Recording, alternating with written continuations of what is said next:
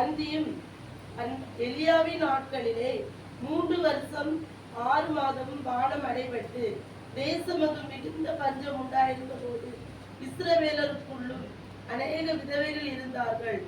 ஆயினும் எலியா சீதோ நாட்டில் உள்ள செரப்தா ஊரில் இருந்த ஒரு விதவினிடத்தில் அனுப்பப்பட்டானே அல்லாமல் இடத்திற்கும் அனுப்பப்படவில்லை. கண்களை மூடி ஜெபிப்போம். எங்கள் அன்பின் பரலோக பிதாவே, நசரேயனாகிய இயேசு கிறிஸ்துவின் நாமத்தினாலே ஆசீர்வாதமான இந்த வேலைக்காய் நாங்கள் நன்றியோடு துதிக்கிறோம், ஸ்தோத்திரிக்கிறோம். அப்பா ஆண்டவரே, இந்த வேலையிலும் அப்பா சாரிபாத்தினுடைய விதவையை குறித்து பேசும்படியாய் அப்பா எனக்கு அடியனுக்கு தந்த கிருபைகளுக்காய் நன்றி செலுத்துகிறோம். ஆண்டவரே, என்ன நோக்கத்திற்காய் உங்களுடைய பிள்ளைகளோடு நீ பேச விரும்புகிற அந்த வார்த்தைகள் தெளிவாய் உங்கள் பிள்ளைகளுடைய இருதயங்களில் போய் சேரும்படியாய் உங்களுடைய கரத்தில் ஒப்புக் கொடுக்கிறோம். உங்களுடைய வார்த்தைகளுக்கு விரோதமாய் போராடுகிற எல்லா மாம்சீக கிரிகளையும் அந்தகார வல்லமைகளையும் நசரேயனாகிய இயேசுவின் நாமத்தினாலே கட்டுகிறேன். பரிசுத்த ஆவியானவர் ஒவ்வொருவரோடும் கூட பேசுங்க. உங்களுடைய ஆழங்களுக்குள்ளாய் உங்களுடைய பிள்ளைகளை நீர் அழைத்து செல்லும்படியாய் ஒப்புக் கொடுக்கிறேன். இயேசுவின் நாமத்தில் ஜெபிக்கிறோம் எங்கள் நல்ல பிதாவே, ஆமென். நம்ம அநேக நேரங்களில் வாசித்த பகுதி சாரிபாத்தினுடைய விதவை குறித்து நம்ம அநேக இடங்களில் கேள்விப்பட்டிருக்கிறோம். இந்த வார்த்தைகளை குறித்து அன்பு போதகர் உங்களுக்கு அநேக நேரங்களில் பேசியிருப்பாங்க. நீங்கள் வெளியில் போகிற இடங்கள்லையும் உங்களுக்கு சாரிபாத்தினுடைய விதவையினுடைய காரியங்களை குறித்து அநேகர் உங்களுக்கு சொல்லியிருப்பாங்க. ஆனாலும் இன்றைய நாளிலும் நாம் சாரிபாத்தினுடைய விதவையினுடைய வாழ்க்கையில் நடந்த ஒரு சில முக்கியமான காரியங்களை பார்க்கலாம். அந்த சாரிபாத்தினுடைய விதவையினுடைய வாழ்க்கையில் நடந்த சம்பவங்களும் இன்றைய நாட்களிலே இங்கே ஆலயத்திலே அமர்ந்திருக்கிற நம்முடைய வாழ்க்கையில அந்த வார்த்தைகள் எப்படியா இடைபடுகிறது என்பதையும் இனி நாம் தேவனுக்காய் நாம் என்ன செய்ய வேண்டும் என்பதையும் ஆண்டவர் நம்மோடு கூட எப்படி பேசுகிறார் என்று பார்ப்போம். 1 ராஜாக்கள் 17ஆம் அதிகாரம் 8ஆம் வசனத்திலிருந்து வாசிக்கலாம். 1 ராஜாக்கள் 17:8.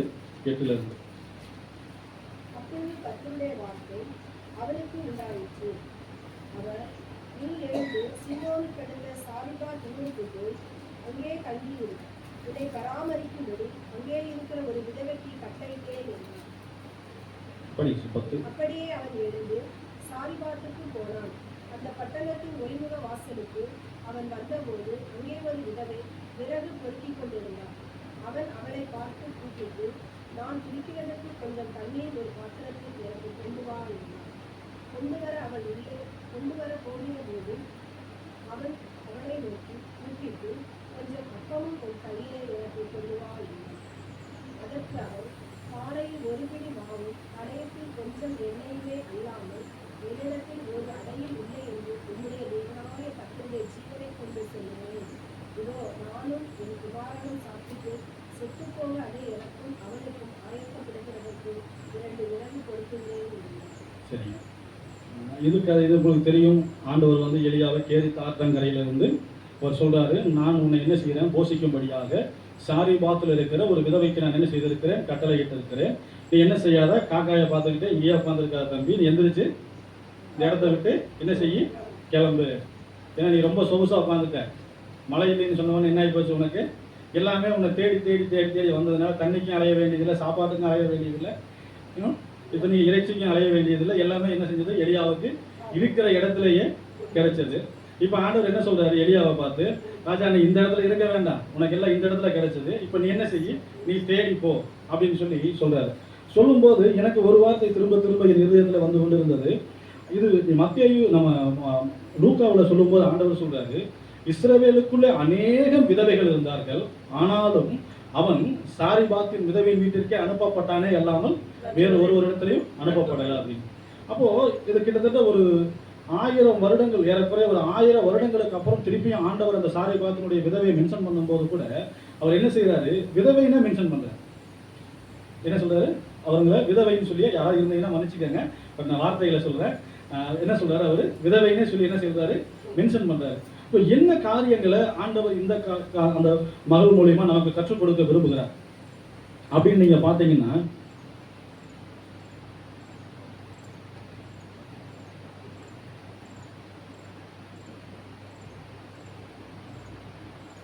பத்தொன்பதாவது வசனத்தை படிங்க.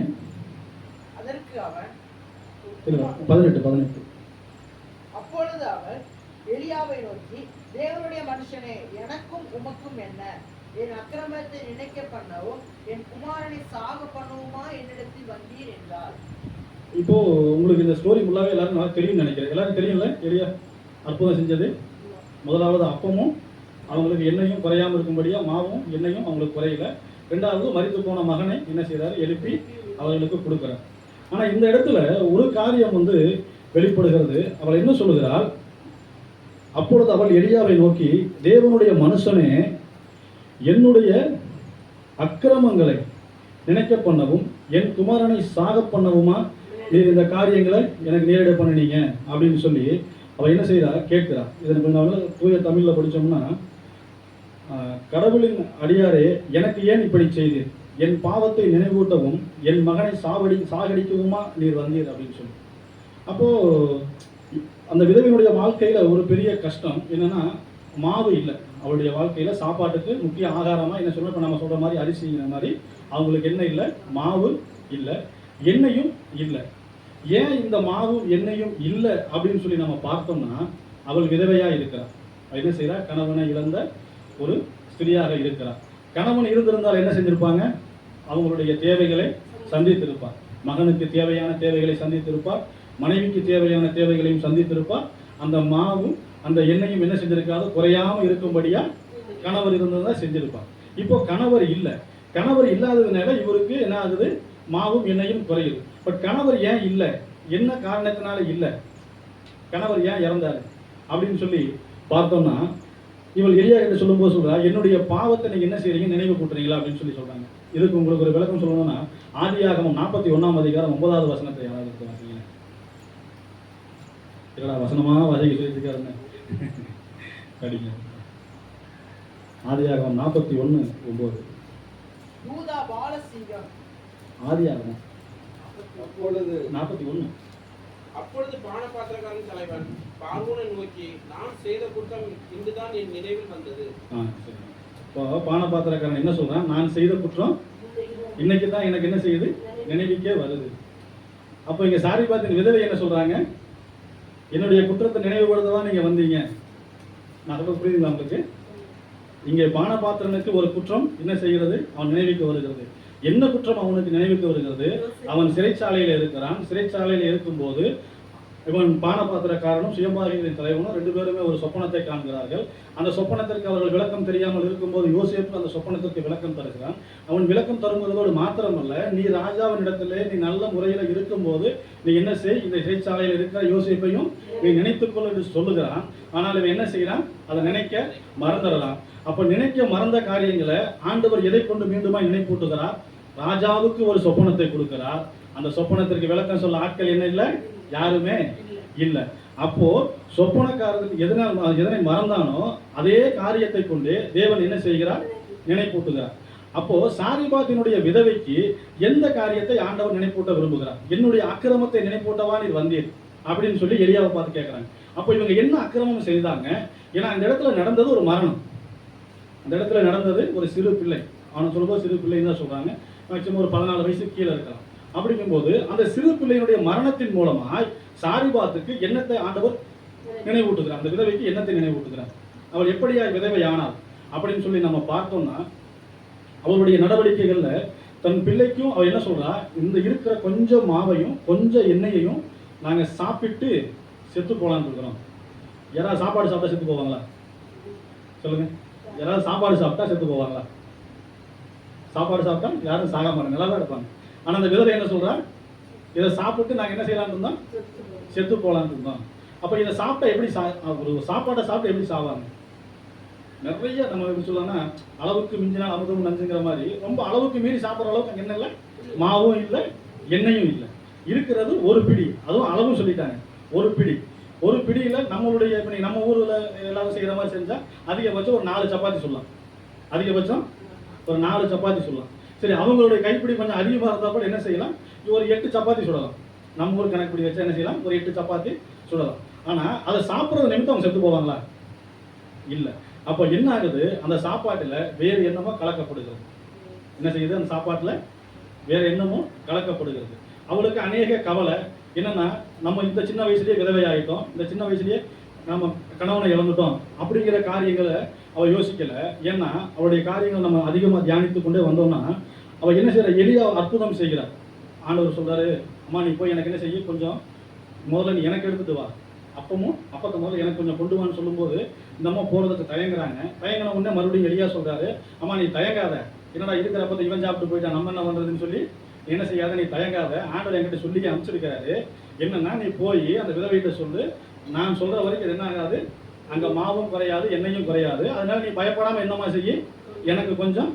இவ்வளவு விளக்கம் சொன்னதுக்கப்புறம் தான் அவங்க தைரியமாக போகிறாங்க. சொன்ன உடனே அவங்க என்ன செய்யலை, போகலை. சொன்ன உடனே தண்ணீர் கேட்ட உடனே என்ன செஞ்சாங்க, டக்குன்னு போகிறது ரெடி ஆகிட்டாங்க. தண்ணி தானே கொடுத்துடலாம், ஒன்றும் பிரச்சனை இல்லை அப்படின்ட்டு. ஆனால் சாப்பாடுன்னு வரும்போது என்ன ஆயிடுச்சு, தயங்குறாங்க. ஏன்னா இருக்கிறது கொஞ்சம், இந்த கொஞ்சத்துக்கு நம்ம வேற ஒரு பிளான் வச்சுருக்கோம். இப்போ இவர் திடீர்னு சம்மந்தமே இல்லாமல் ஒரு தேவனுடைய மனுஷன் உள்ளே வராரு. அவர் விசாரிக்கும் போது தான் தெரியுது அவர் இஸ்ரவேலில் ஒரு தீர்க்கதரிசின்னு சொல்லி சொல்கிறாரு. எலியாவுன்னு சொல்லியிருந்தா கண்டிப்பாக அந்த அம்மா நினைச்சிருக்க மாட்டாங்க. எலியான்னு ஃபஸ்ட்டு சொல்லியிருந்தா உள்ளே சேர்த்துருக்க மாட்டாங்க. ஏன்னா வசனம் சொல்லுகிறது, ஆகாப் ராஜா எலியாவை தேடும்படி எல்லா ராஜ்யங்களுக்கும் என்ன செஞ்சிருக்கான், ஆள் அமைச்சிருக்கான். அதனால இவர் என்ன செஞ்சிருக்காரு, இவருடைய தோற்றத்தை பார்த்தாலே தெரிஞ்சிருக்கும் இவர் ஒரு ஞான திருஷ்டிக்காரன்னு சொல்லி, ஒரு தீர்க்க தரிசின்னு சொல்லி தெரிஞ்சிருக்கும். அதனால இவர் என்ன சொல்றாரு, ஏமா எனக்கு ஆண்டவர் சொல்லிட்டாரு, உன்னுடைய மாவும் குறையாது உன்னுடைய எண்ணெயும் குறையாது, அதனால அந்த குறையாது இருக்கிறது இருந்து உன்னோடதுல இல்லை, அந்த குறையாத மாவு ஆண்டவர் அற்புதம் செஞ்சிருக்காருல்ல, அந்த அற்புதத்துல இருந்து எனக்கு கொஞ்சம் கொண்டு வான்னு சொன்ன உடனே அவங்க என்ன செய்யறாங்க, இப்போ போறாங்க. அப்போ அவர்களுடைய நிலைமை எப்படியா இருக்கிறது, நம்மளுடைய இருதயம் எப்படிப்பட்ட இருதயமா இருக்கிறது, தன்னுடைய சூழ்நிலைகளை நிமித்தம் தான் மறிக்கிறதோடு மாத்திரமல்ல தன்னுடைய பிள்ளைக்கும் அவங்க என்ன செய்யறாங்க, விஷம் வச்சு கொள்றதுக்கும். இன்னைக்கு நம்ம நிறைய டிவி நியூஸ்களில் செய்திகளில் பார்க்கலாம்.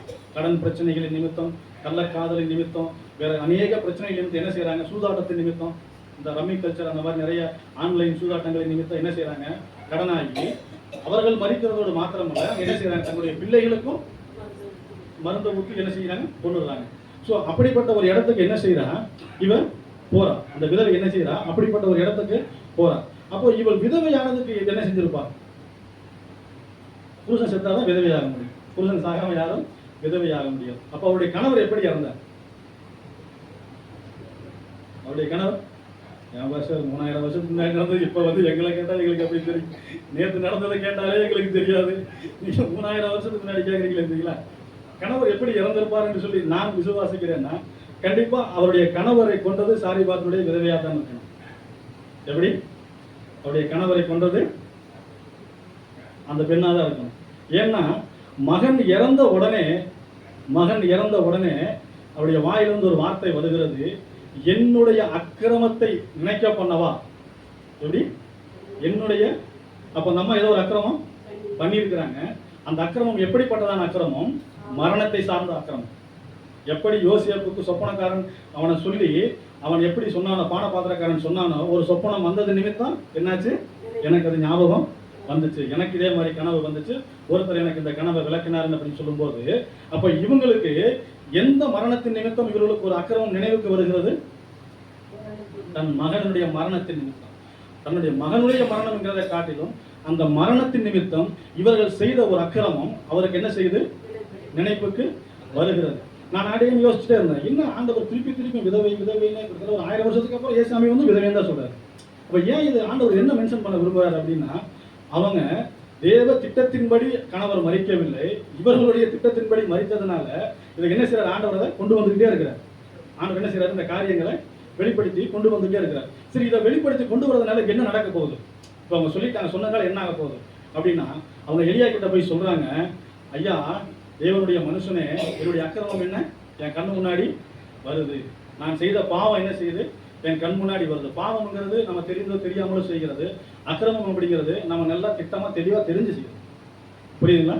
பாவம் ஒரு சில நேரங்கள் நம்ம தெரியாம செஞ்சிடும், ஒரு சில நேரங்கள் தெரிஞ்சே கூட செஞ்சிருவோம். அக்கிரமம் அப்படிங்கிறது எப்படி, நம்ம நல்லா திட்டமும் தெரியுமா நல்லா பிளான் பண்ணி பண்றது தான் அக்கிரமம். பிளான் பண்ணி பண்றது தான் அக்கிரமம். அப்போ இவங்க என்ன செஞ்சிருக்கிறாங்க, பிளான் பண்ணி தான் பண்ணியிருக்காங்க, இது யாருக்குமே தெரியாதுன்னு சொல்லி இருக்கிறாங்க. ஆனா நீங்க பாருங்க, வார்த்தைகள் சொல்கிறது கரெக்டா அவங்களுடைய கொஞ்சம் மாவும் கொஞ்சம் எண்ணெய் இருக்கும்போது தான் எலியா என்ன செய்யற உள்ள வர. ஒரு 3 மணி நேரம் 4 மணி நேரம் தள்ளி வந்திருந்தா என்ன செஞ்சிருக்கணும், இலவசம் தான் போயிருக்கணும். என்ன செஞ்சிருக்கணும், டெத்துக்கு தான் போயிருக்கணும். இவர் என்ன செய்யறாரு, கரெக்டா அவங்க விறகு பொருட்க வர்றதுக்கும் இவர் போறதுக்கும் கரெக்டா இருக்கு. அப்போ ஆண்டவர் எதுக்கு அங்கே அனுப்பிச்சார், சாரிபாத்தினுடைய வீட்டுக்கு ஆண்டவர் எதுக்கு அனுப்பிச்சார் அப்படின்னு பார்த்தீங்கன்னா, அவர்களுக்கு மாவும் எண்ணெயும் குறையாம இருக்கிறதுக்காக மாத்திரம் ஆண்டவர் அனுப்பல, அந்த சாரிபாத்தினுடைய விதவியை மனம் திரும்பணுங்கிறதுக்காக ஆண்டவர் அனுப்பல. ஹல்லேலூயா, அல்லேலூயா, ஹல்லேலூயா. அல்லேலூயா. இது யாருக்குமே தெரியாது. நம்ம யாருக்குமே தெரியாம நம்மளுடைய அக்கிரமத்தை என்ன செஞ்சிடலாம், நம்ம மறைச்சிடலாம். நம்ம அக்கிரமம் செஞ்சது நிமித்தம் அவங்க செஞ்ச அக்கிரமத்தின் நிமித்தம் அவர்களுக்கு என்னாச்சு, அவர்களும் மறிக்கக்கூடியதான இடத்திற்கு என்ன செஞ்சது, கொண்டு போச்சு. அவங்க செய்த பாவம் அவர்களை வாழ வைக்கல. அவங்க நினைச்சிருக்கலாம் நம்ம வீட்டுக்காரர் இல்லைன்னா நம்ம என்ன செஞ்சுக்கலாம், நம்ம வாழ்ந்துக்கலாம். ஏன்னா நமக்கு ஆசையா உண்டான ஒரு குழந்தை இருக்குது, மாவும் இருக்குது, எண்ணெயும் இருக்குது. அதனால நம்ம என்ன செய்யலாம், நம்ம மறிக்க வல்ல மாட்டோம், நம்ம சந்தோஷமா ஜாலியா இருக்கலாம் அப்படின்னு சொல்லி அவங்க நினைச்சிருப்பாங்க. ஆனால் என்ன செய்யுது, பஞ்சம் இஸ்ரவேலுக்குள்ளாய் பஞ்சம் உண்டாகுது. அந்த பஞ்சம் எங்க வரைக்கும் பாதிக்குது, சாரிபாத் வரைக்கும் பாதிக்குது. சாரிபாத் வரைக்கும் பாதிக்கிறதோடு மாத்திரமல்ல, ஆண்டவர் ஊழியக்காரரே அனுப்பிச்சு விடுறார், நீ போ அங்க போய் அவள் என்ன அக்கிரமம் செய்தாள் என்பதை என்ன செய்ய அவளுக்கு நினைப்பூட்டு. இவருக்கு தெரியாது, எலியாவுக்கு தெரியாது. எலியாவுக்கு தெரிஞ்சிருந்தா போயிருப்பாரு, இந்த அம்மா புருஷனை பொண்ணு அம்மா தெரிஞ்சிருந்தா போயிருப்பாரு, போயிருக்க மாட்டாரு. ஆண்டவர் சொல்லும் போது சொல்லியிருப்பாரு, ஆண்டவரே இப்போ நம்ம ஊர் பகுதியிலே வச்சுக்கோங்களேன், எப்படி சொல்லுவாங்கன்னா, ஊழியக்காரர் ஒருத்தர் வந்தால் என்ன சொல்லுவாங்க, இப்போ அநேகர் வீடு சந்திப்புக்கு போகிறேன்னு சொல்லி போவாங்க. ஆனால் அந்த வீட்டுக்குள்ளே இருக்கிறவங்களுக்கு என்ன எப்படி இருக்கும், எப்போ பாரு வீடு சந்திப்புன்னு இவர் வேற வந்து என்னன்னா பண்ணுறது அப்படின்னு. இதே இடத்துல சாரி பார்த்துருந்தா என்ன பண்ணியிருக்கோம், அந்த விஷத்தில் கொஞ்சம் இவருக்கு சேர்த்து வச்சு விட்டு இத்தோட என்ன செய்யட்டும், தமிழ்நாட்டு நியூஸ் பேப்பரில் கூட வரட்டார், ஊழியக்காரர் இது மாதிரி வீடு சந்திப்புக்கு போனார், அம்மா என்ன செஞ்சது விஷத்தை வச்சு அவருக்கும் கொண்டுட்டு இந்த அம்மாவை சேர்த்து போச்சு. நடக்கவா நடந்திருக்காருங்க, வெறுப்பாகி போய். ஆனால் ஆண்டவர் என்ன செய்கிறாரு, அந்த அம்மாவுடைய பாவத்தை சுட்டி காட்ட விரும்புகிறார். சாரி பார்த்து நீ என்ன செய்யல, யாருக்குமே நீ செஞ்சது தெரியாதுன்னு சொல்லி, ஒருவேளை அவன் கணவருக்குமே இதை செஞ்சிருக்கலாம், அப்பத்துல விஷத்தை வச்சு கொடுத்துருக்கலாம். நீ செஞ்ச அக்கிரமம் யாருக்கும் தெரியாதுன்னு சொல்லி நீ என்ன செஞ்சுட்டு இருக்கிற, நீ நினைச்சுக்கிட்டு இருக்கிற. இல்ல, மனுஷர்களுக்கு ஜீவனை உண்டு பண்ணுகிறவர் என்ன செஞ்சுட்டு இருக்கிறார், அதை கண்ணோக்கி பார்த்து கொண்டிருக்கிறார். உன்னுடைய பாவங்களை என்னைக்கு என்ன செய்ய முடியாது, நீ மறைக்க முடியாது. உன்னுடைய அக்கிரமங்களை என்ன செய்ய முடியாது, மறைக்க முடியாதுன்னு சொல்லி என்ன செய்கிறாரு, தன்னுடைய ஊழியக்காரன ஆண்டவர் என்ன செய்கிறார், அங்கே அனுப்புகிறார். அனுப்புன உடனே முதல்ல போன உடனே என்ன ஆகுது, ஒரு ஆசீர்வாதம். எலியா போன உடனே என்ன நல்ல ஒரு சந்தோஷமான விஷயம் நடக்குது. என்ன நடக்குது, அவங்க வீட்டில் மாவும் குறையில, எண்ணெயும் குறையில. எலியாவுக்கும் அங்கே இந்த அம்மாவை பற்றி என்ன, அந்த அம்மாவுடைய கேரக்டர் என்ன செய்யல, தெரியல, இந்த அம்மாவுக்கு தெரியல. இதே விஷயம் தான் எலிசாவுக்கு எடுத்து பார்த்தீங்கன்னா, எலிசாவும் சொல்லுவார், அந்த ஸ்திரீனுடைய துக்கத்தை ஆண்டவர் எனக்கு என்ன செஞ்சாரு, மறைச்சிட்டாரு. அவர் சொல்லுவார், எலிசா சொல்லுவார், எனக்கு என்ன செஞ்சாரு, அந்த அம்மாவுடைய கஷ்டத்தை ஆண்டவர் என்ன செஞ்சாரு, எனக்கு மறைச்சிட்டாரு. அதே போல தான் இங்கே எலியாவுக்கு என்ன நடக்குது, அந்த அம்மாவுடைய கேரக்டரை ஆண்டவர் என்ன செஞ்சாரு, மறைச்சாரு. ஆனால் இதை மறைச்சது சந்தோஷமான நாட்கள் போய் கொண்டு இருக்கிறது. எப்படி போகுதுங்க, உலகமே பஞ்சமா இருந்தாலும் இவங்களுக்கு என்ன இல்லை, பஞ்சம் கிடையாது. பத்தாவதுக்கு ஞான திருஷ்டிக்காரனாக தீர்க்கதரிசியும் பக்கத்திலேயே இருக்கிறார். அதனால எந்த ஒரு பிரச்சனையுமே இல்லை அப்படின்னு சொல்லி அவங்க போயிட்டு இருக்கிறாங்க. ஆனா இந்த அம்மா எந்த சூழ்நிலைகளையாவது எலியாவை பார்த்து மனம் திரும்பும்னு சொல்லி ஆண்டவர் முயற்சிக்கிறார். ஆனா அவங்க என்ன செய்யல, மனம் திரும்பவே இல்லை. மனம் திரும்புதலுக்கு நேராக போகவும் ஆயத்தமாகவும் அவங்க இல்லை. அப்போ ஆண்டவர் நாட்கள் போக போக போக போக அந்த பையன் வியாதி போறான். இப்போ வியாதி பட்ட உடனே இந்த மாதிரி சொல்லியிருக்கணுமே, வியாதம் போடுவோம். அந்த பையன் விளைவினத்தில் விழுந்து போறான். விளைவினத்தில் விழுந்து அந்த வியாதி அவனை மரணத்துக்கு நேராக கொண்டு போகக்கூடிய வியாதின்னு தெரிஞ்சிருச்சு. என்னைக்கு இருந்தாலும் இவன் செத்துருவான்னு தெரிஞ்சிருச்சு.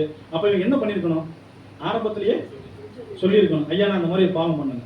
ஆனால் ஏன் இவங்க சொல்லலை, மரணம் இல்லை, அதனால இவங்க செய்த மரணம் இவங்களுக்கு நினைப்புல வரலை. மரணம் என்ன செய்யல, இவங்களுக்கு நினைப்புல வரலை. நோய் முத்துது, நோய் அப்படியே கொஞ்சம் கொஞ்சமாக டெவலப் ஆகி என்ன இப்போ இது அவங்க பையனை கொண்டு அந்த பையன் மறிச்சிடலாம். அந்த பையன் மறிச்சிடலாம்.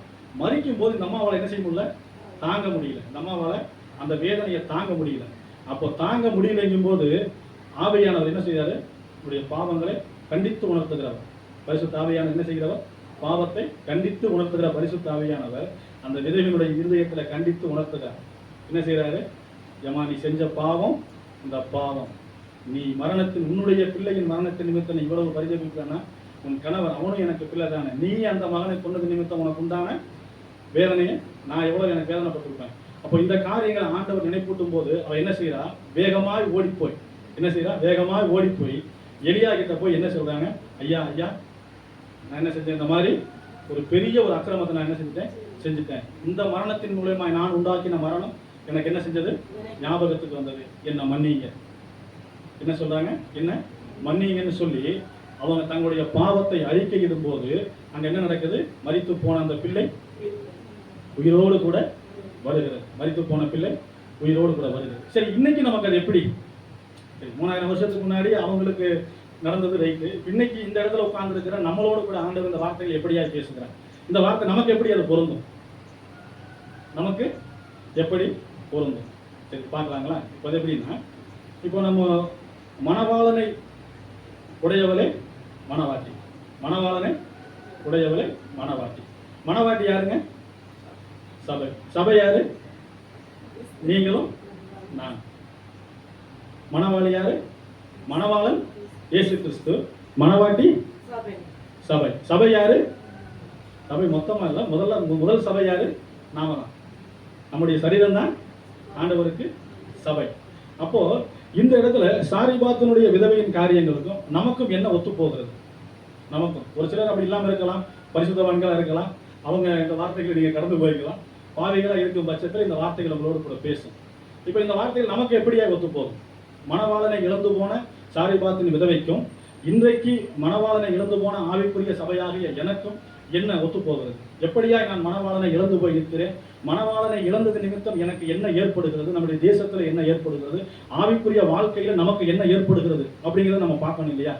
ஏன்னா அன்னைக்கு ஆண்டவர் ஒரு காரியத்தை இன்னைக்கும் எழுதி வைத்து நம்மளோடு கூட பேசுகிறார் என்றால், அன்றைக்கு ஒரு காரியம் நடந்தது, அதனுடைய காரியங்களை விளங்கிக் கொள்ளணும். அந்த காரியம் இன்றைக்கு நம்மளோடு கூட இன்னைக்கு எப்படியாய் பேசுகிறது? இன்றைக்கு எப்படியாய் பேசுகிறது அப்படின்னு பார்க்கும்போது, மணவாளன் இல்லாத ஒரு சபை, மணவாளன் இல்லாத ஒரு விசுவாசம். மணவாளன் எதனால இல்லாம போகிறார்? எபிரேயர் 6ஆம் அதிகாரம் 4ஆம் வசனத்தை வாசிங்க.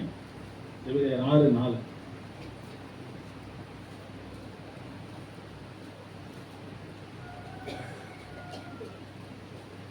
ஏனெனில் ஒரு தரம் பிரகாசிக்கப்பட்டும் பரம ஈவை ருசி பார்த்தும் பரிசுத்த ஆவியை பெற்றும் தேவனுடைய நல்வார்த்தையும் ஈவர் உலகத்தில் பெலனும் ருசி பார்த்தும் மறுதலித்து போனவர்கள் தேவனுடைய குமாரனை தாங்களே மறுபடியும் சிலுவையில் அறைந்து அவமானப்படுத்துறபடியால் மனந்திருவுக்கு ஏதுவாய் அவர்களை மறுபடியும் புதுப்பிக்கிறது கூடாத காரியம். இப்போ புரியுதுங்களா? சாரிபாத்தினுடைய விதவை அவருடைய கணவரை எப்படி கொண்டாரு, நாம் ஆண்டவராக இயேசு கிறிஸ்து எப்படி கொண்டு இருக்கிறோம், எப்படி கொள்றோம் அப்படிங்கிறது உங்களுக்கு புரியுதா? ஆண்டவர் எப்படி கொள்றோம் நம்ம ரொம்ப அழகாக எழுதியிருக்கிறாரு. ஏனெனில் ஒரு தரம் பிரகாசிக்கப்பட்டும் பரம ஈவை ருசி பார்த்தோம். அந்த கல்யாணம் எத்தனை தடவை நடந்துச்சுங்க? டெய்லியுமா நடந்துச்சு? ஒரே ஒரு தடவை தான் நடந்தது. ஒரே ஒரு தடவை தான் நடந்தது. அவர்கள் சேர்ந்து வாழ்ந்தது நிமித்தம் உண்டான குழந்தை தான் யாரு? அந்த சின்ன பையன். சரிங்களா? அடுத்து தேவனுடைய நல் வார்த்தைகளையும் இனிவரும் உலகத்தின் பலன்களையும் ருசி பார்த்தும் என்ன செய்யறாங்க? இன்னைக்கு நம்ம கிறிஸ்துவர்கள் அப்படிங்கிற ஒரு பேர்ல நம்ம என்ன செய்யறோம்? ஞாயிற்றுக்கிழமை சர்ச்சுக்கு வரோம், ஆண்டவருடைய வார்த்தைகளை நம்ம கேட்கிறோம். ஆனா இந்த இடத்தை விட்டு நம்ம வெளியில போனதுக்கு அப்புறம் நம்ம என்ன செய்யறோம்? தவிர்க்க முடியாத சூழ்நிலைகள் நிமித்தம் ஒரு சிலர் பாவம் செய்யறாங்க, ஒரு சிலர் தெரிந்தே பாவம் செய்கிறார்கள், ஒரு சிலர் தெரிந்தே பாவத்தை செய்கிறார்கள். அந்த பாவத்தினுடைய விளைவு என்னவாகிறது? நம்முடைய மணவாளனாகிய இயேசு கிறிஸ்துவை நம்மை நாமே என்ன செய்கிறோம்? சிலுவையிலே அறைகிறோம். எப்படி சாரிபாத்தினுடைய விதவை தன் கணவரை கொன்றாலோ அதே போலதான் நாமும் ஆவிக்குரிய மனவாட்டிகளாகிய நாம் செய்கிற பாவத்தின் நிமித்தம், நாம் செய்கிற அக்கிரமத்தின் நிமித்தம், நாம் செய்கிற மீறுதல்களின் நிமித்தம் நாம என்ன செய்யறோம்? ஆண்டவரை சிலுவையில அறைகிறோம். இப்போ ஆண்டவரை சிலுவையில அறைஞ்சாச்சு. ஆண்டவரை சிலுவையில அறைஞ்சு அவர் என்ன செஞ்சாச்சு? மறிச்சாச்சு. நம்மளுடைய வாழ்க்கை எப்படி இருக்கும்? ஆண்டவர் இல்லாத ஒரு வாழ்க்கை எப்படி இருக்கும்? சாரிபாத்தினுடைய விதவைக்கு என்ன நடந்தது? மாவில்லை, எண்ணெய் இல்லை, கூட இருந்த உற்றார் உறவினர்கள் யாருமே இல்லை. இப்போ ஆண்டவர் நமக்குள்ளாக இப்போ நம்ம எப்படின்னா ஒரு தரம் பிரகாசிக்கப்பட்டோம். இப்போ நம்ம ஆண்டவருக்குள்ள முதல்ல போகும்போது என்ன செய்வோம்? ரொம்ப உற்சாகமா, ரசிக்கப்பட்ட புதுசுல ஆண்டவர் இடத்துல ரொம்ப உற்சாகமா சந்தோஷமா நம்ம என்ன செய்வோம்? நம்மளை ஒப்பு கொடுப்போம். ஆண்டவர் இடத்துல ரொம்ப உற்சாகமா தேடுவோம். இப்போ புதிதாக திருமணமானவர்கள் என்ன செய்வாங்க? ரொம்ப சந்தோஷமா இருப்பாங்க. அந்த சந்தோஷத்தின் நிமித்தம் தான் குழந்தை உண்டாகும். அதே போலதான் நாம் கிறிஸ்துவனிடமே கூட நாம் எவ்வளவு உற்சாகமாய் ஆரம்ப நாட்களில் இருக்கிறோமோ, அந்த நம்ம ஆண்டவரோடு கொண்டிருக்கிற உறவின் நிமித்தம், நாம் ஆண்டவரோடு கொண்டிருக்கிற அன்பின் நிமித்தம், ஆண்டவரோடு வைத்திருக்கிற ஐக்கியத்தின் நிமித்தம் ஆண்டவர் என்ன செய்கிறார்? நமக்கு ஆவியின் கனிகளை கொடுக்கிறார், ஆவியின் வரங்களை கொடுக்கிறார். என்ன செய்யறாருங்க? ஆவியின் வரங்களை கொடுக்கிறார். அந்த வரம் என்கிறதான குழந்தைகள், கனி என்கிறதான குழந்தை ஆண்டவர் என்ன செய்யறாரு? நமக்கு கொடுக்கிறார். ஆரம்பத்தில் ரொம்ப சந்தோஷமா இருந்தா என்ன ஆகும்? நல்லா நீங்க பாஸ்டர் நிறைய கேள்விப்பட்டிருப்பாங்க, தெரிஞ்சிருக்கும். ஆரம்பம் ரசிக்கப்பட்ட விசுவாசிகள் பார்த்தீங்கன்னா ஆரம்பத்தில் ஜெபம் பண்ணும்போது அற்புதங்கள் எல்லாம் நடக்கும். என்ன நடக்கும்? அற்புதங்கள் எல்லாம் நடக்கும். மாவுக்கு என்ன செய்யாது? குறை இருக்காது. ஆண்டவருடைய வார்த்தைகள் அப்படியா வார்த்தைகளாக பேசி தள்ளுவாங்க. அதே போல என்ன செய்யாது? என்னைக்கும் குறைவு இருக்காது. ஏன்னா மனவாளன் கூட இருக்கிறாருல்ல, அதனால என்ன செய்யும்? என்னைக்கும் குறை இருக்காது. பரிசுத்த ஆவியான அபிஷேகத்துக்கும் குறை இருக்காது. அதே போல கனிகளுக்கும் குறை இருக்காது. மனவாளன் எடுபடும் போது என்ன ஆகுது? இது எல்லாமே குறைவுபட தொடங்கும். இது எல்லாமே குறைவுபட தொடங்கும். அப்போ நம்ம ஆண்டவரை நம்முடைய பாவங்களால, நம்முடைய அக்கிரமங்களால, நம்முடைய மீறுதல்களால நாம் ஆண்டவரை விட்டு, இல்லை நம்ம ஆண்டவர் நம்மை விட்டு போகும்படியான கிரியைகளை நாம் செய்யும் போது நம்முடைய வாழ்க்கையில என்ன ஆகுது? கொஞ்சம் கொஞ்சமா ஆண்டவருடைய வார்த்தை நம் இருதயத்தை விட்டு எடுபட்டு போகும். என்ன செய்யுது? அந்த மாவு என்ன செய்யுது? கொஞ்சம் கொஞ்சமா நம்ம நல்ல ஒரு எப்படி சொல்றதுன்னா, ஒரு 5 மணி நேரம் 6 மணி நேரம், இல்லை கடைசிக்கு ஒரு 1 மணி நேரம் டெய்லி என்ன செய்வாங்க? ஜெபம் பண்ணுவாங்க. கடைசிக்கு ஒரு 1 மணி நேரம் என்ன செய்வாங்க? பைபிள் படிப்பாங்க. ஒரு 1 மணி நேரம் என்ன செய்வாங்க? அந்நிய பாஷை பேசுவாங்க. ஆனா பாவம், இந்த உலகத்தை குறித்ததான கவலை, உலகத்தை குறித்ததான ஏக்கம், அநேக காரியங்களை குறித்ததான இருதயத்துல சிந்தைகள் வரும்போது என்ன ஆகி போயிருது? அதுக்கு அவங்க இடம் கொடுத்து தனக்குள்ளா இருக்கிற மனவாளனாக இயேசு கிறிஸ்துவ என்ன செஞ்சாங்க? பாவம் உள்ள வரும்போது ஆண்டவர் என்ன செஞ்சாரு? ஆட்டோமேட்டிக்கா வெளியே போயிடுவார்.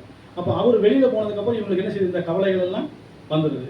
இந்த கவலைகள் எல்லாம் வந்தது நிமித்தம் என்ன செய்யறாங்க? அவங்களால சரியா பைபிள் படிக்க முடியறதில்ல, சரியா அதை தியானிக்க முடியறதில்ல. அந்த வார்த்தையினுடைய வெளிச்சத்தை நிமித்தம் அவங்க என்ன செய்ய முடியாது? அந்த வெளிச்சத்தில் அவங்களால என்ன செய்ய முடியாது? நடக்க முடியாது. இப்போ நடக்க முடியாதுங்கும் போது என்ன ஆகும்? மாவு கொஞ்சம் கொஞ்சமா நீங்க விரும்பினாலும், நீங்க விரும்பலைனாலும், நீங்க வேண்டுனாலும், நீங்க வேண்டலைனாலும், நீங்க வாங்க ஆண்டவரே எனக்கு கூப்பிட்டாலும் அங்க என்ன நடக்கும்? மாவு குறையத்தான் செய்யும். மாவு குறையத்தான் செய்யும். ஏன்னா மாவுக்கு உரிமையாளர் இருந்தால் தானே மாவு உள்ள இருக்கும். மாவு நமக்கு கொடுக்குறவர் உள்ள இல்லைன்னா என்ன செய்ய முடியாது? அந்த குறைச்சலை நம்ம என்ன செய்ய முடியாது? தடுக்க முடியாது. மாவு குறைய இங்க என்ன ஆகுது? பரிசுத்த ஆவியானவருடைய எண்ணெய், அபிஷேக எண்ணெய் என்ன செய்யுது? குறையுது. நீங்க வேதத்தை படித்து, வேத வார்த்தைகளை தியானித்து, நீங்க வேதத்தின் அடிப்படையில வாழும் போதுதான் பரிசுத்த ஆவியானவர் என்ன செய்வார்? உங்களோடு கூட அளவில்லாம தன்னுடைய அபிஷேகத்தினால் நிரப்புவார். நான் பைபிளையே படிக்கல பாஸ்டர், நான் வேதத்தையே தியானிக்கிறது இல்லை, பரிசுத்த ஆவியானவர் அளவில்லாமல் உங்களை ஊட்டுறாருன்னு சொன்னா நம்புவீங்களா? யாராவது நம்புவீங்களா? ஏன்னா நம்ம கர்த்தருடைய வார்த்தைகளை வாசிக்கிறதோடு மாத்திரமல்ல, அதை கை கொண்டு வாழும் போது ஆவியானவர் என்ன செய்யறார்? அளவில்லாமல் நம்ம மேல ஊற்றப்படுகிறார். ஆனா அதே சமயம் நம்ம ஆண்டவருடைய வார்த்தைகளை நாம தியானிக்காம, ஆண்டவருடைய வார்த்தைகளை நாம பேசாம, ஆண்டவருடைய வாட்ஸ்அப்ல ஸ்டேட்டஸ் வச்சிருந்தேன். நல்ல ஒரு ஆந்திராவில் தாமசன் ஊழியக்காரர் சொல்லியிருந்த வார்த்தை, நீ தனியா இருக்கும்போது இயேசுவோடு பேசு, நீ மற்றவர்களோடு இருந்தால் இயேசுவை குறித்து பேசு. எப்படிங்க? நீ தனியா இருந்தால் இயேசுவோடு பேசு, நீ மற்றவர்களோடு இருந்தால் இயேசுவை பற்றி பேசு. இப்போ நீங்க தனியா இருக்கும்போது இயேசுகிட்ட பேசணும்னா என்ன செய்யணும்? பைபிள் படிக்கணும். நீங்க மற்றவர்களோடு இருக்கும்போது இயேசுவை குறித்து பேசணும்னாலும் என்ன செய்யணும்? பைபிளை படிக்கணும். அப்ப நீங்க பைபிள் படிக்கலைன்னா, நீங்க வேத வார்த்தைகளை நீங்க ஆராய்ந்து, நீங்க வேதத்தினுடைய ரகசியங்களை நீங்க எடுத்துக்கொள்ளலைன்னா என்ன செய்யும்? என்ன ஆட்டோமேட்டிக்கா குறைய ஆரம்பிச்சோம். இப்ப என்ன குறையும் போது அங்க என்ன நடக்கும்? பைபிளும் படிக்கிறது இல்லை, ஜெபமும் பண்றது இல்லை. இப்ப ஜெபமே பண்ணல, அப்ப ஜெபம் பண்ணாத ஒரு விசுவாசினுடைய வாழ்க்கை எப்படி இருக்கும்? ஜெபம் பண்ணாத விசுவாசினுடைய வாழ்க்கை எப்படி இருக்குன்னா, ஆசையா பெத்த பிள்ளைய விஷம் வச்சு கொள்றதுக்கு எப்படி அந்த விதவை தயாரா இருந்தாலும், அதே போலதான் ஆண்டவர் கொடுத்த ஆவிக்குரிய வரங்களையும் கனிகளையும் நம்ம என்ன செய்வோம்? விஷம் வச்சு குடிச்சிடும். பைபிள் படிக்காம, ஆண்டவருடைய அபிஷேகம் இல்லாம வரங்கள் கிரியை செய்யுமா? வரங்கள் கிரியை செய்யுமா? கிரியை செய்யாது. வரங்கள் கிரியை செய்யல, வரங்கள் இல்லைன்னா கனிகள் முதல்ல கிரியை செய்யுமா? கனிகள் கிரியை செய்யும். கனிகள் கிரியை செஞ்சாதான் வரங்கள் கிரியை செய்யும். அப்போ அந்த சாரிபாத் விதவை என்ன ஸ்டேட்டஸ் எடுத்தாலும் அதே நிலைமை தான் ஆவிக்குரிய வாழ்க்கையில் நமக்கு. நாம பைபிள் படிக்காம, நாம ஜெபம் பண்ணாம, பரிசுத்த ஆவியானுடைய துணை இல்லாம இருந்தோம்னா இந்த நிலைமை நம்ம எங்க கொண்டு போய் தள்ளும் அப்படின்னா, இல்லை யாரும் போகாது, நம்மளே தான் போவோம். யாரும் போக மாட்டோம். யார் போவாங்க? நம்மளே தான் போவோம். எங்க போவோம்? ஆண்டவர் நமக்கு கொடுத்த வரம் என்கிறதான கனிகளையும் வரங்களையும் கனிகளையும் நம்ம என்ன செய்வோம்? விஷத்தை வச்சு கொண்டு வருவோம். விஷத்தை வச்சு நடக்குமா? நடக்காதுங்க. இப்போ பிசாசானவன் என்ன செய்வான்? நமக்கு நல்லா பல்கா ஒரு பார்ட்டி கிடைச்சிருச்சு, இந்த பார்ட்டி நம்ம என்ன செஞ்சிடக்கூடாது, விட்டுறவே கூடாதுன்னு சொல்லி அந்த வீடு அப்படியே இருந்தால் கூட அந்த வீடு என்ன செஞ்சிருக்கும்? நல்ல முறையில் இருந்திருக்கும். ஆனால் அந்த வீட்டை அலங்கரித்து மறுபடியும் ஜோடிச்சு வைக்கும்போது என்ன ஆயிடுது? ரொம்ப நல்லா ஆயிடுது. வீடு இருந்தது, ஒரு வீடாக இருந்தது. இப்போ அந்த வீட்டில் இருக்கிற பிசாசை துரத்தியாச்சு. அந்த பிசாசு போனதுக்கு அப்புறம் வீடு எப்படி ஆயிடுச்சு? ஆவியின் வரங்களினால, ஆவியின் கனிகளினால நல்லா ஜோடிக்கப்பட்டு அலங்காரமா இருக்குது. அலங்காரமா இருக்குது.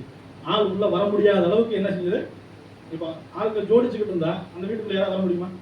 ஏங்க போயிட்டு அப்புறம் வாங்க, எல்லாம் அலங்காரம்லாம் பண்ணி முடிச்சிடும். பொண்ணு மாப்பிள்ளையே வந்தாலும் என்ன சொல்லுவாங்க? அந்த வீட்டுக்காரருக்கு, அந்த வீட்டுக்கு சொந்தக்காரங்களே வந்தாலும், ஐயா இருங்க, வீட்டை நாங்கள் நல்லா அலங்காரம் பண்ண வேண்டிய வேலை இருக்கு, அதனால நீங்க என்ன செய்யுங்க, போயிட்டு அப்புறமா வாங்க அப்படிங்கிறாங்க. இப்போ இந்த வீட்டை எல்லாம் அலங்கரிச்சாச்சு. வீட்டையெல்லாம் அலங்கரிச்சாச்சு. அந்த அலங்கரிச்சவங்க யாரு? ஆவியானவர். இப்போ அலங்கரிச்ச ஆவியானவர் வீட்டுக்குள்ள இருக்கணுமா இருக்கக்கூடாதா? வீட்டுக்குள்ள இருக்கணும். இப்போ ஆவியானவர் இருந்தா அந்த பொல்லாத ஆவி என்ன செய்ய முடியாது? உள்ள வர முடியாது. இப்போ ஆவியானவர் இல்லைன்னா பார்க்குது. நம்ம ஒருத்தம் போனா வீடு முன்னாடி குப்பை குளமா கிடைஞ்சிச்சு, நம்ம வாடிக்கு ஏதோ ஒரு ஓரத்தில் படுத்துருந்தோம். இப்போ நல்லா அலங்காரம் பண்ணி ஜம்முன்னு வச்சுட்டாங்க. ஒன்றும் நம்ம வாட்டுக்கு போய் ஆளுக்கு ஒரு ரூமில் படுத்துக்கலாம். எப்படி? வீட்டுக்குள்ளே போய் ஆளுக்கு ஒரு ரூமில் 8 பேர் வர அளவுக்கு அந்த ரூம் இருக்கும் பாருங்க. அவ்வளோ பெரிய வீடு போல. ஆளுக்கு ஒரு ரூமில் வச்சாலும் 8 பேர் இல்லைப்பா, ஒரே ஒரு பெட்ரூம் தான், ஒரு ஹாலு. ஆனால் பெட்ரூமே இல்லை, ஹாலு. 8 பேர் படுக்கிற அளவுக்கு நல்ல ஒரு பெரிய ஹாலாக தான் இருக்குது. எப்படி? 8 பேர் 8 அசுத்தாவிகள் இருக்கிற அளவுக்கு கொஞ்சம் பெரிய இடமா தான் இருக்குது. அப்போ சாரிபாத்தினுடைய நிலைமை எப்படியோ அதே போலதான் இன்னைக்கு ஆவிக்குரிய கிறிஸ்தவர்களுடைய நிலைமையும். நான் சர்ச்சுக்கு போறேன், நான் எல்லாம் ஆராதிக்கிறேன், நான் எல்லாம் பாட்டு போறேன்னு சொல்லிட்டு உள்ளுக்குள்ள என்ன நடக்குது? ஆண்டவரை சிலுவையில் அடைகிறதுக்கு தேவையான எல்லா வேலையும் நடக்குதுங்க. ஆண்டு சர்ச்சுக்கு வர்றதுதான், ஆனா என்னெல்லாம் மனவாளம் இல்லை. பாட்டு பாடுறோம், என்னெல்லாம் மனவாளம் இல்லை. மனவாளன் இருந்தால் தான் நம்ம என்ன செய்ய முடியும்? நாம் கடைசி வரைக்கும் ஒரு வெற்றியுள்ள ஒரு வாழ்க்கைக்கு நேராக அப்பம் குறையாதவர்களாய், எண்ணெய் குறையாதவர்களாய், ஆவிக்குரிய வரங்கள் குறையாதவர்களாய் நம்ம என்ன செய்ய முடியும்? நாம் பிரயாணப்பட முடியும். ஆண்டவர் நம்ம விட்டு எடுபட்டு போயிட்டா நம்ம என்ன செய்ய முடியாது? ஆவிக்குரிய வாழ்க்கையில நாம் ஜொலிக்க முடியாது. நாம் ஆவிக்குரிய வாழ்க்கையில நம்ம எப்போதுமே பிரகாசமா இருக்கணும். நம்ம இடத்துல மாவு குறையக்கூடாது, நம்ம இடத்துல இருக்கிற எண்ணெய் குறையக்கூடாது. அப்படின்னா நாம் என்ன செய்யணும்?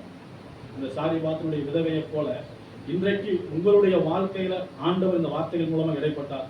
நீங்க ஏதாவது ஒரு பாவத்தை இல்லை ஏதாவது ஒரு அக்கிரமத்தை நீங்கள் மறந்து இருந்தாலோ இல்லை உங்களுக்கு நினைப்பில இல்லாமல் இருந்திருந்தாலோ நீங்க இந்த வேலையை நீங்க ஆண்டவர் இடத்துல கேளுங்க. ஆண்டவரே, நான் சாரிபாத்தின் விதவையை போல ஏதாவது ஒரு தவறு செய்து என் மனவாளனாக இயேசு கிறிஸ்துவை நான் இழந்து போயிருக்கிறது நிமித்தம், நான் உங்களை இழந்தது நிமித்தம் என்னுடைய வாழ்க்கையில ஏற்பட்டிருக்கிறதான இந்த பஞ்சம், வேத வார்த்தை என்கிறதான பஞ்சம், உங்களுடைய வார்த்தையினுடைய தியானத்தின் நிமித்தம் உண்டாயிருக்கிறதான பஞ்சம் என்னை விட்டு எடுத்து போடுங்கப்பா.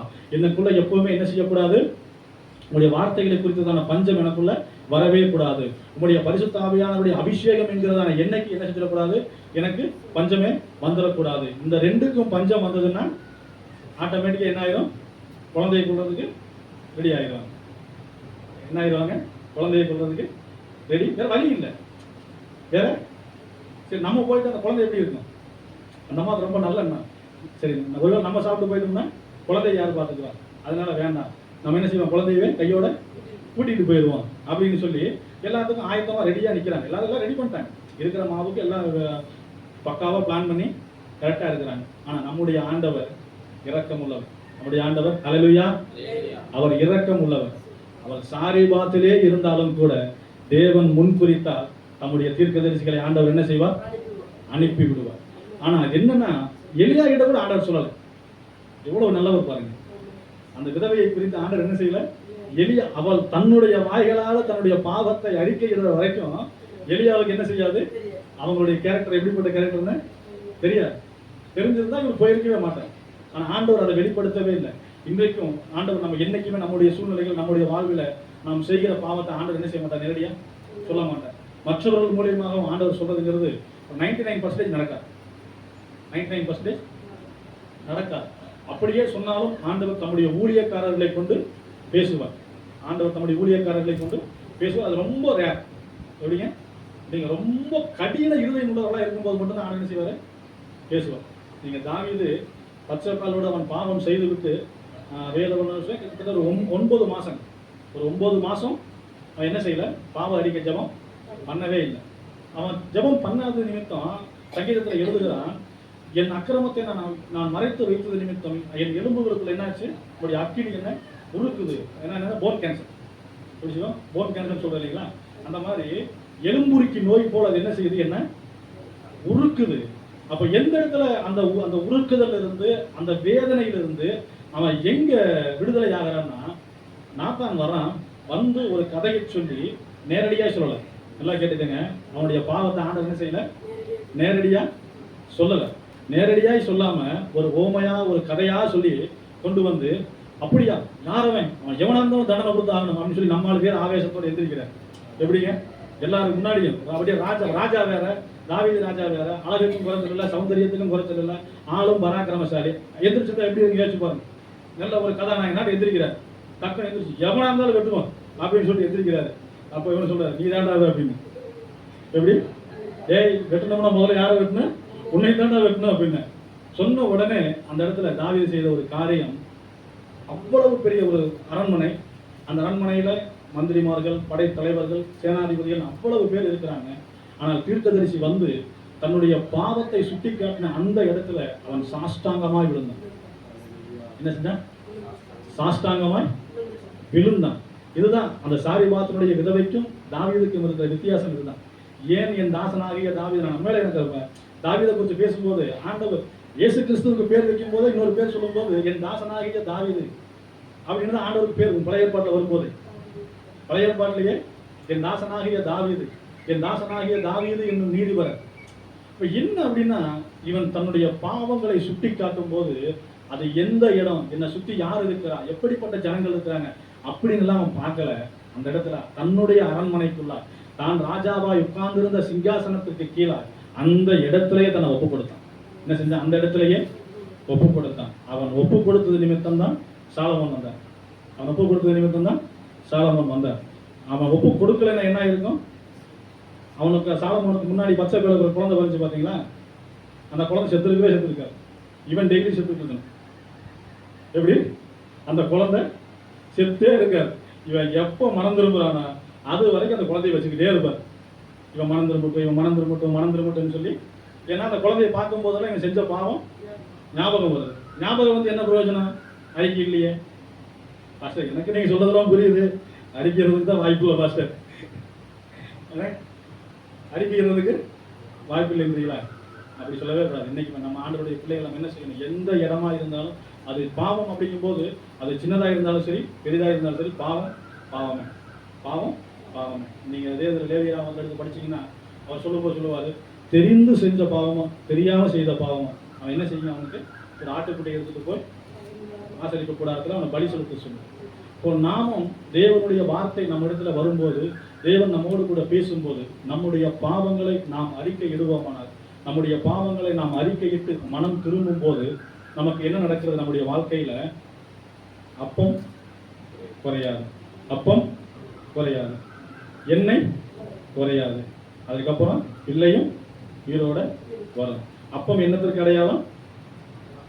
ஆண்டவருடைய வார்த்தைக்கு அடையாளம். உங்களுடைய வாழ்க்கையில ஆண்டவருடைய வார்த்தை குறையணுமா பெருகணுமா? பெருகணும். உங்களுடைய வாழ்க்கையில பரிசுத்த ஆவியானவருடைய எண்ணெய் குறையணுமா பெருகணுமா? பெருகணும். ஆண்டவர் உங்களுக்கு தந்த ஆவியின் கனிகள், ஆவியின் வரங்கள் இத்தோடு முடிந்து போகணுமா? இல்லை அது உயிர் பெற்று அது இன்னும் ஒரு அடுத்த எல்லைக்கு அது போகணுமா? அடுத்த எல்லைக்கு போகணும். அப்போ அடுத்த எல்லைக்கு போகணும். நம்ம என்ன செய்யணும்? ஆண்டவருடைய சமூகத்துல நம்மை தாழ்த்தி நம்ம ஆண்டவரத்தில் ஒப்புக் கொடுப்போம். ஆண்டவரே, நான் ஏதாவது ஒரு காரியம் அப்படியே நம்ம கண்களை மூடி ஆண்டவருடைய சமூகத்தை நோக்கி நம்ம பார்ப்போம்.